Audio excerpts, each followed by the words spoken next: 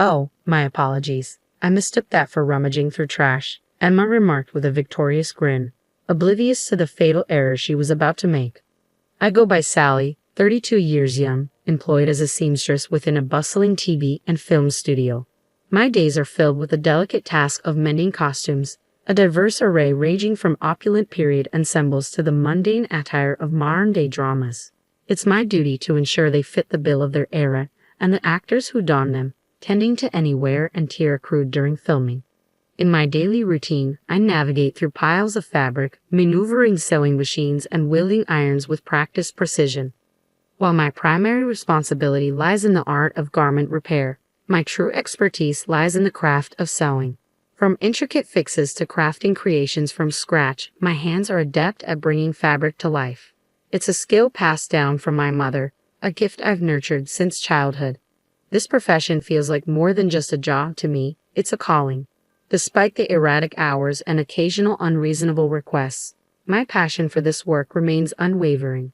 I harbor hopes of spending a lifetime within these walls, weaving threads of creativity and craftsmanship indefinitely. At this studio, fate intertwined my path with Joe's. He held the responsibility of tending to the needs of the actors, while I diligently worked on costumes. With a mere 3-year age gap between us, our daily interactions cultivated a bond that naturally deepened over time. After 2 years of shared laughter and challenges amidst our bustling schedules, we took the plunge into matrimony. However, as we embarked on this new chapter together, life threw a curveball. My world was shaken when my mother fell gravely ill and departed unexpectedly, casting a shadow over our joyous occasion and prompting Joe and me to postpone our wedding plans. Originally, our wedding plans were modest, envisioning a simple ceremony in a local church surrounded by close family. However, the unforeseen delay in our nuptials prompted us to reassess our priorities, setting our sights on saving up for a more elaborate celebration and a dream honeymoon. Given the erratic nature of our work schedules, the idea of renting a separate residence solely for sleeping seemed extravagant to us. Thus, in pursuit of our wedding fund, Joe and I made the decision to reside with his mother, Emma, in their family home. Both of us had experienced the loss of a parent early in life, forging a common bond in our shared grief. With my father's absence and Joe's similar experience, concerns for Emma's well-being weighed heavily on our minds. We embarked on this living arrangement with the best intentions, hoping to foster a harmonious relationship with Emma. Little did we know, it would mark the beginning of an unforeseen ordeal. Emma harbored no desire to foster a harmonious relationship with me. To her, I was nothing more than an interloper who had stolen her son's affections. The moment we settled into our new living arrangement, her relentless harassment commenced.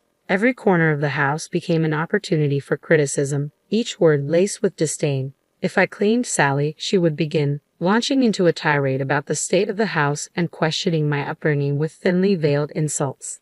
I endured the onslaught, striving to meet her exacting standards, even if it meant my hands cracked and blue from the relentless scrubbing. The demands for cleanliness were unfathomable, with no task too trivial to escape her scrutiny. Whether it was cleaning, laundry, or cooking, any imperfection, no matter how minor, warranted a redo, met with a nonchalant demeanor. As exhaustion set in, her harassment only intensified, each critique chipping away at my resolve. Even when I thought I had completed a task flawlessly, she would unearth some perceived flaw, leaving me to scrub the sink into the early hours of the morning. It became evident that she found fault in everything about me, her disapproval casting a shadow over every aspect of our shared existence. Under Emma's decree, I found myself burdened with the entirety of the household chores. Struggling to juggle my professional obligations alongside the mounting demands of domesticity, I made the difficult decision to transition to remote work. Yet far from alleviating the situation, this only served to intensify Emma's expectations. Each day mirrored a scene from Cinderella's tale, as I toiled ceaselessly over endless tasks. Has the laundry been tended to? The upstairs curtain is in disrepair. See to it. You're quite handy with a needle, aren't you, Sally? Emma's demands echoed incessantly, leaving me little respite even in the midst of urgent work commitments. Apologies, but I have pressing deadlines. Can the curtain not wait until the weekend? I pleaded, hoping for some reprieve. What nonsense. Leaving it as it is could invite gossip from the neighbors. It must be fixed immediately, she retorted sharply, dismissing any notion of delay. Thus my days blurred into a relentless cycle of multitasking. wherein I found myself simultaneously engrossed in work and ensnared by domestic duties. Often, the distinction between the two became increasingly blurred as I toiled well into the night, the chores ceaseless and unforgiving. It became apparent that Emma derived a perverse satisfaction from witnessing my gradual descent into exhaustion. Emma wielded her cruelty like a masterful sadist, inflicting torment upon me with relentless harassment, particularly when Joe was absent during the day. Our dynamic mirrored that of an oppressive owner and a submissive maid, with me bearing the brunt of all household responsibilities. Despite my inner turmoil, pride prevented me from easily confiding in Joe about the extent of my suffering. I persevered, striving to fulfill my designated role, yet the toll on my psyche far outweighed the physical strain of the chores. Occasionally, Emma would extend invitations to neighbors for lunch, transforming these gatherings into excruciating ordeals. Her criticism reached new heights in the presence of others, their conversations dripping with disdain as they disparaged me. She's utterly hopeless as a daughter-in-law. I have to lecture her incessantly. My son may be blind to it, but I'm not fooled. She's simply insufferable and devoid of common sense. Emma's words cut deep, amplified by the chorus of laughter from her guests, who seemed all too eager to join in the ridicule. As I labored through the tasks, their harsh judgments lingered like a heavy weight upon my heart, chipping away at my resilience. Each day felt like a battle against my own sanity, the relentless onslaught of criticism pushing me to the brink. If this continued unabated, I feared I might lose myself entirely to the suffocating grip of despair. But the challenges didn't end with Emma's relentless torment. There was also Joe's older sister, Sarah, aged 38. Sarah resided in a nearby town with her boyfriend, and if I were to sum her up in a single word, it would be stingy. Almost daily, she'd make her way to our house for lunch, likely aiming to save a few pennies. The most frustrating aspect was her habit of dropping by unannounced. Without prior warning, I couldn't prepare her portion of the meal, leaving me scrambling to accommodate her unexpected presence. She'd nonchalantly devour my food and depart without a second thought. For Sarah, possession was synonymous with entitlement.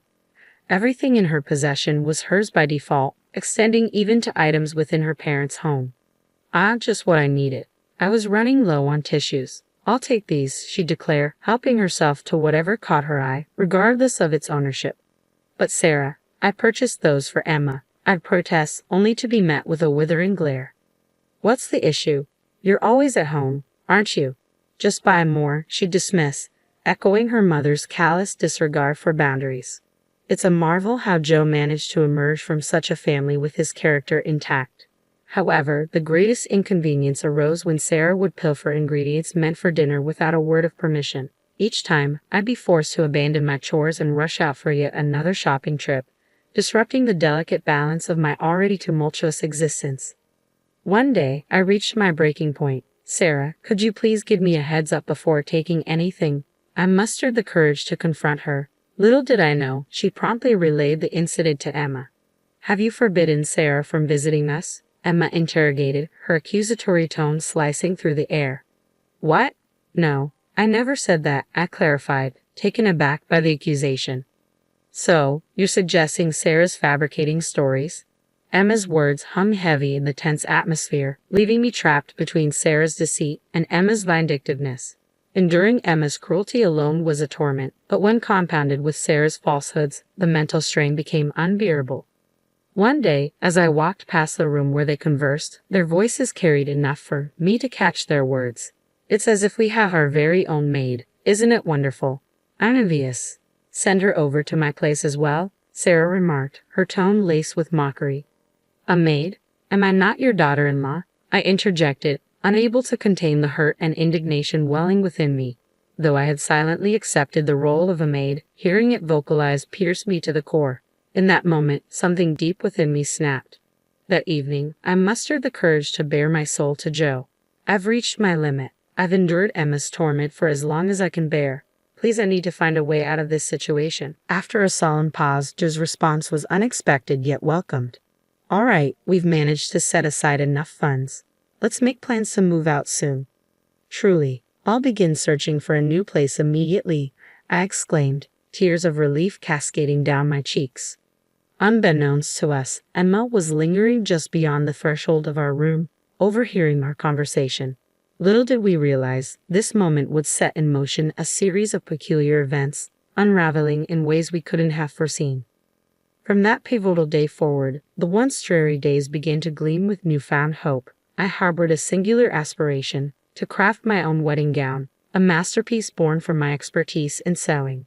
Inspired by our conversation, brimming with determination, I wasted no time in placing a substantial order for fabric online. With unwavering resolve, I resolved to channel all my energy into bringing this dream to fruition. That was my newfound purpose, my unwavering commitment. I began crafting the dress in secrecy within the confines of my room, away from the prying eyes of Emma and Sarah. However, one day Sarah, known for her unannounced visits, stumbled upon my work in progress. "What's this? A dress? It's lovely to have something of your own," she remarked, inspecting the fabric with interest. "Sally, I'm tying the knot in 2 months. Could you fashion my dress as well?" she requested, her tone casual yet expectant. "Truly. Well, renting seems like a frivolous expense. I aim to keep our wedding costs low, you know. So please," she added, her trademark thriftiness evident in her plea. Although hesitant, I relented, agreeing to undertake the task on the condition that she cover the material expenses. After all, it was quintessential Sarah, always seeking ways to pinch pennies. I began by crafting Sarah's dress, prioritizing her requests over preparations for our own wedding, which was still some time away. Sarah, however, made a curious request. "Keep this between us. Don't mention it to Mom." It became apparent she intended to deceive Emma, pretending to rent the dress while seeking financial aid from her.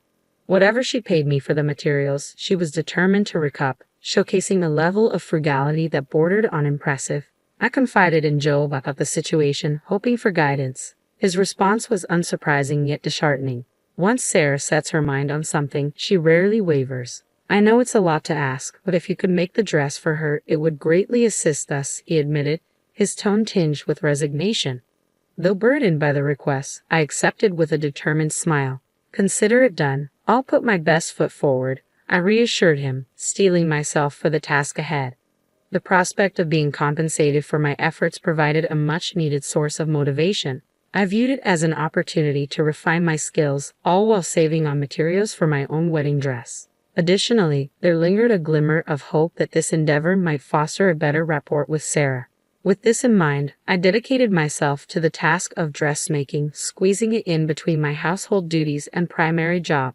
Even Emma seemed to take notice of my newfound focus, occasionally casting curious glances into my workspace. As Sarah's wedding day rapidly approached, the dress I had been tirelessly crafting neared its completion. Then, unexpectedly, Emma paid a visit to my room wearing a smile. "You've been working diligently again today. Aren't you feeling exhausted?" she inquired, her sudden shift in demeanor leaving me unsettled. "Indeed, a little tired," I admitted cautiously, unsure of her intentions. "I'll brew some coffee. Why don't you take a break?" she suggested, her offer catching me off guard. "Really? That would be appreciated. Thank you," I responded, cautiously accepting her offer. With a reassuring smile, Emma assured me, "No need to thank me. I'll bring it to you shortly." Grateful yet wary of this unexpected act of kindness, I watched as Emma left the room, her humming leaving me with an inexplicable sense of unease. Emma making coffee for me, it was a gesture unprecedented in our tumultuous relationship. Various thoughts raced through my mind, but ultimately, I decided to put aside my concerns and return to my work. As I delicately added the final embellishments of lace to Sarah's dress, a sense of accomplishment washed over me.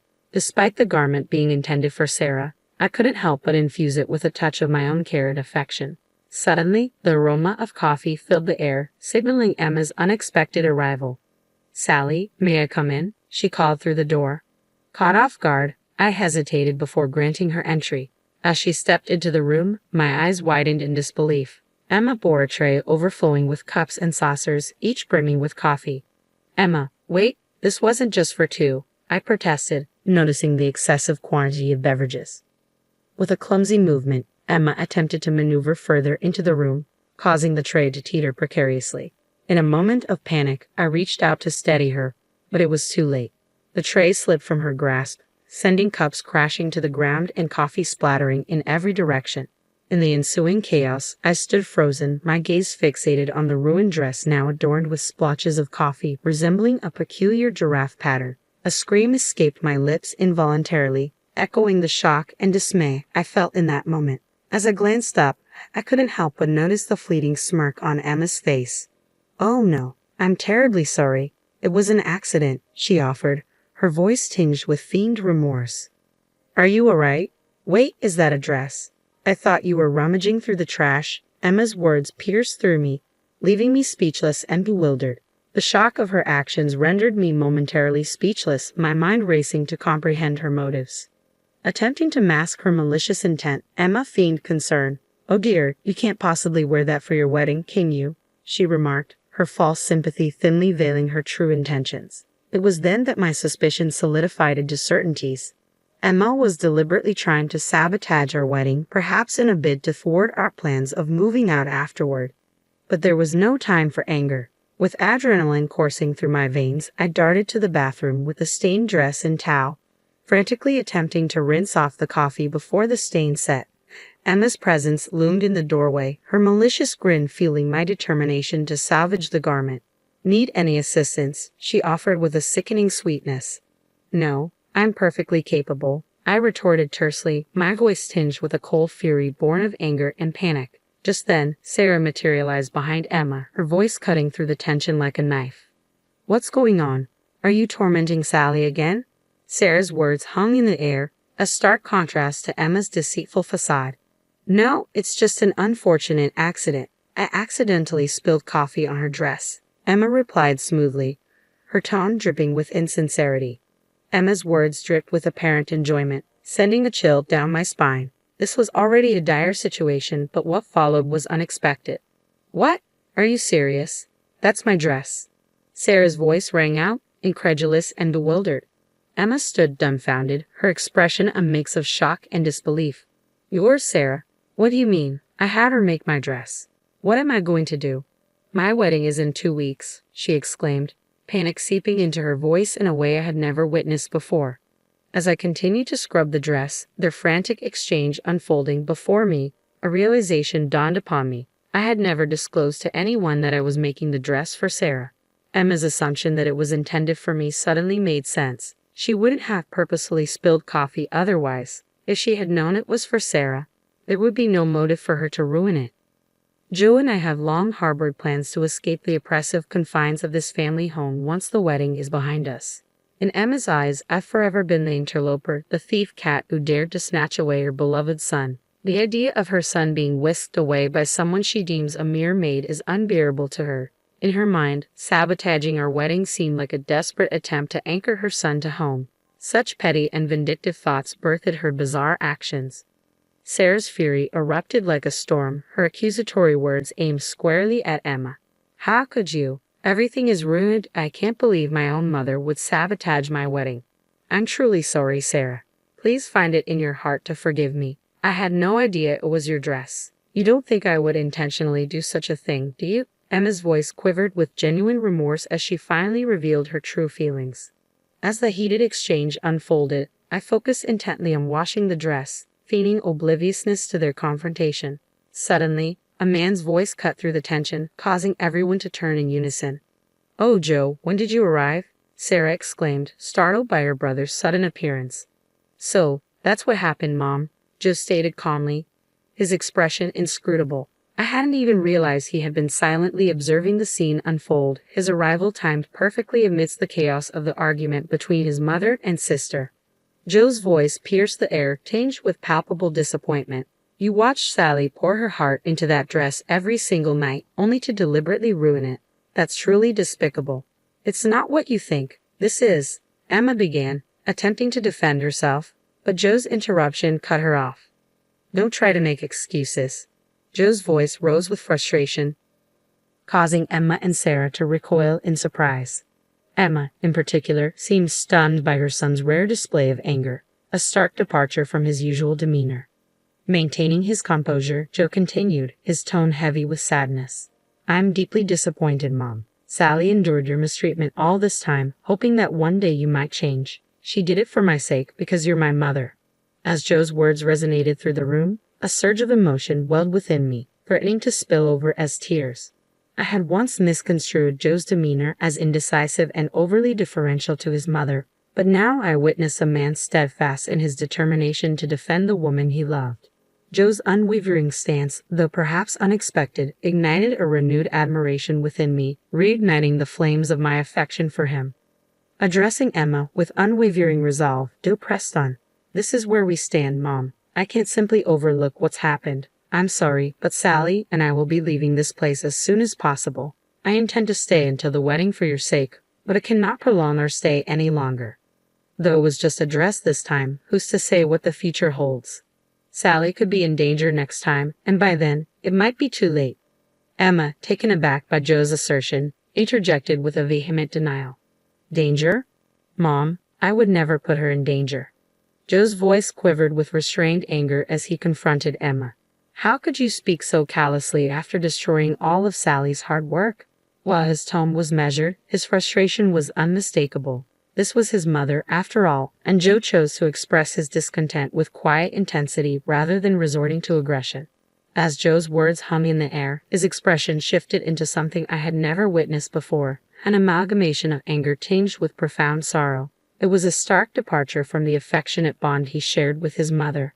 Emma, typically quick to retort with sharp words, stood speechless, tears streaming down her cheeks. It was a rare sight to witness Emma, usually so formidable, reduced to tears by her own son's disappointment. Sarah, too, stood in stunned silence, her gaze oscillating between Joe and Emma. The tension in the room was palpable, the weight of the moment hanging heavily upon us all. Later, Sarah made the difficult decision to cancel her wedding, realizing it was too close to the date to proceed amidst the turmoil within their family. Sarah was resigned to the fact that she wouldn't be receiving a refund. "I'm not to blame. Emma was the one who footed the bill," she reasoned, her tone resigned. In Sarah's eyes, at least she wasn't losing any money, but the situation weighed heavily on Emma. It seemed that Emma was finally beginning to grasp the gravity of her thoughtless actions, which had spiraled out of control. The shock of being reprimanded by her son had left her visibly weakened. However, the fallout extended beyond the confines of our household.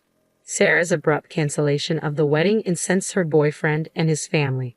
The strain on their relationship became untenable, ultimately leading to their breakup. Sarah placed the blame squarely on Emma for the dissolution of her relationship, and the accusations continued to echo long after. After we departed from the family home, Emma's calls occasionally came, often with a request for money. It became evident that one of her reservations about our leaving was financial. While we lived together, we contributed to household expenses, but Emma solely relied on her pension for income. It seemed her financial assistance had become a crutch for her. Each time Emma reached out, Joe stood firm in his refusal. "Mom, why not find work? There are opportunities out there. We all need to stand on our own feet. Please let us move forward independently," he urged, his words laced with a sense of responsibility. Despite Emma's pleas to avoid abandonment, Joe remained resolute. His unwavering stance seemed rooted in a deep-seated sense of duty. Eventually, Emma found employment as a janitor, a role that strangely suited her penchant for cleanliness, eliciting a hint of irony. Following her breakup and departure from her previous living arrangement, Sarah returned to reside with Emma. However, she ceased working altogether, relying solely on Emma's part-time income and pension. Upon seeing her again, I couldn't help but notice a striking change. Sarah was nearly unrecognizable, having gained a significant amount of weight. Joe and I have found solace in our new apartment, reveling in the tranquility of our newfound happiness. Gone are the days of snide remarks and sarcastic jabs. Our life together now is a blissful contrast to the dysfunction of our past in that family home. With a date set for our wedding, we've opted for an intimate ceremony, inviting only close friends and colleagues. Emma and Sarah, both grappling with their own struggles, won't be on the guest list. We've chosen to keep our celebration free from disturbances as they brought their isolation upon themselves. As preparations for the big day commence, I've begun crafting a new dress, a symbol of fresh beginnings and the beauty that awaits. This gown will be a testament to resilience far surpassing the one marred by a giraffe-like pattern.